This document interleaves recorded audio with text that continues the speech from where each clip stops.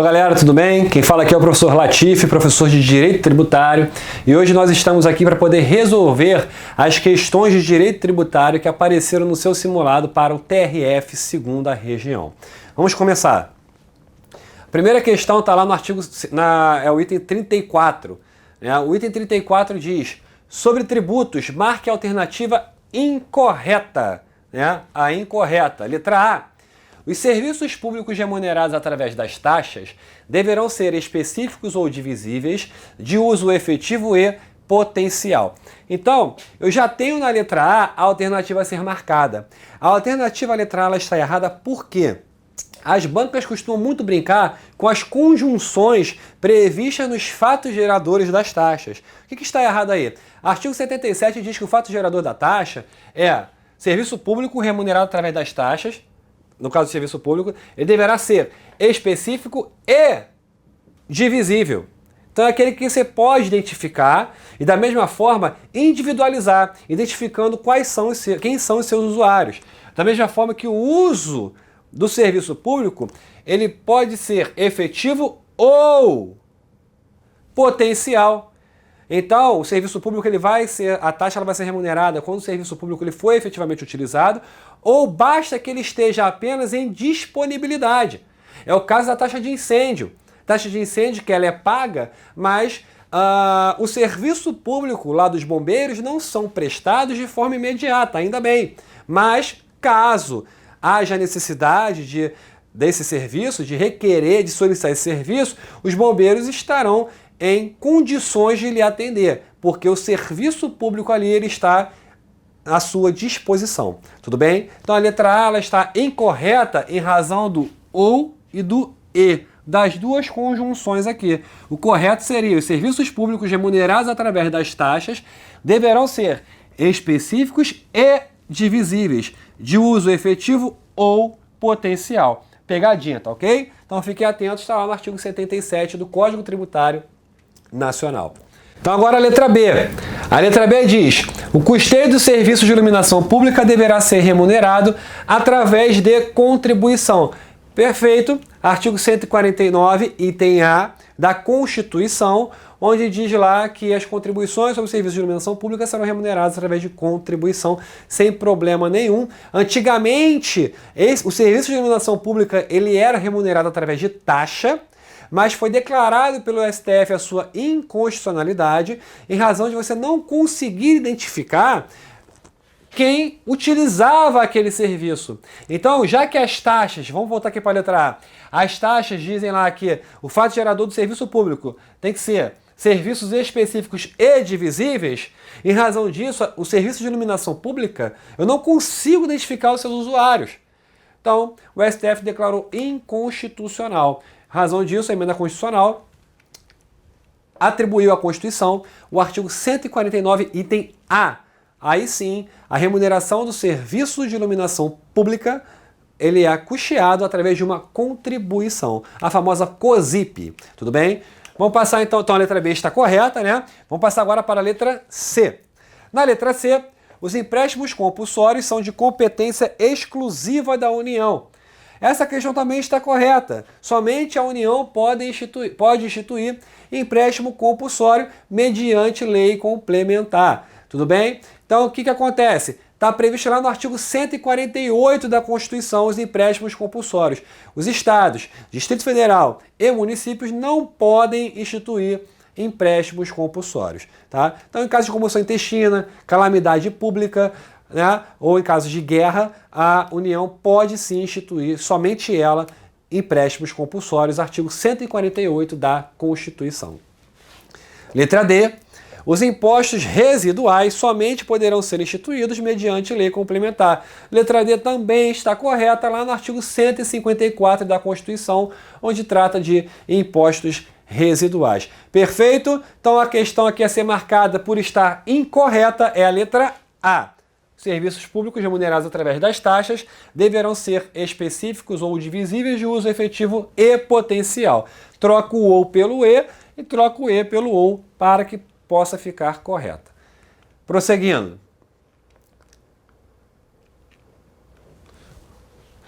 37. Após procedimento alfandegário, a importadora Chapoca S.A. foi autuada para o pagamento do imposto sobre importação incidente sobre 10 mil garrafas de bebidas adquiridas de país estrangeiro, com aplicação da alíquota de 40%. Então a situação é a seguinte: a empresa importou 10 mil garrafas e nas mercadorias da empresa, essas 10 mil garrafas, irá incidir o Imposto sobre Importação, o II, Imposto de Competência da União. Tá? A alíquota aplicada nesse caso aqui é de 40%. Vamos ver o que diz o restante da questão. O que a questão nos pede? Diante da situação hipotética, marque a alternativa correta. Letra A. Não haverá tributação, uma vez que não houve o fato gerador do tributo em tela. Letra A, ela está incorreta. Está incorreta porque houve sim o fato gerador do imposto sobre importação. O fato gerador do II é dar-se do desembaraço aduaneiro, da entrada da mercadoria estrangeira em território nacional. Então a letra A ela está correta. Perdão, está incorreta. Letra B. A importadora deverá ser tributada, para tanto basta que deixe 4 mil garrafas na alfândega a título de pagamento do tributo. Então, se são 10 mil garrafas, 40% corresponde a 4 mil garrafas, poderia a empresa pagar com mercadoria? Não. A letra B ela está errada. E está errada em razão do artigo 3º do CTN, que diz lá que tributo é toda prestação pecuniária compulsória paga em moeda. Então deverá ser pago em moeda ou em valor que nela possa se exprimir. É vedado pelo CTN o pagamento de tributo chamado in natura ou in labore. In natura é o pagamento com mercadorias, com produtos. In labore é o pagamento a partir do seu trabalho. Tá? Então a letra B ela está incorreta, não é para ser marcada. Letra C. O órgão fazendário não poderá apreender as mercadorias como meio coercitivo para pagamento de tributos. Verdade. Então a letra C ela está correta. A fazenda não pode fechar, interditar a empresa Chapoca S.A. até que ela pague o seu tributo. Isso está previsto na súmula 70 do STF. Então nós temos um entendimento aí sumulado para que você possa marcar a letra C de casa. Tudo bem? Letra D. Caso não haja o pagamento do tributo, a importadora Chapoca S.A. poderá ser interditada pelo fisco. Então acabamos de falar sobre isso agora, é o contrário da letra C, né? E não há que se falar, não pode interditar, nem apreender mercadorias. Nós temos lá no artigo na súmula 70 e súmula 323 do STF para ser mais completo. Então a questão a ser marcada é a letra C de casa. O órgão fazendário não poderá apreender as mercadorias como meio coercitivo para pagamento de tributos. Continuando. Questão número 36. A Secretaria da Receita Federal, após realizar procedimento de fiscalização em uma determinada empresa, identificou o auferimento de lucros não declarados, obtidos através de tráfico de entorpecentes.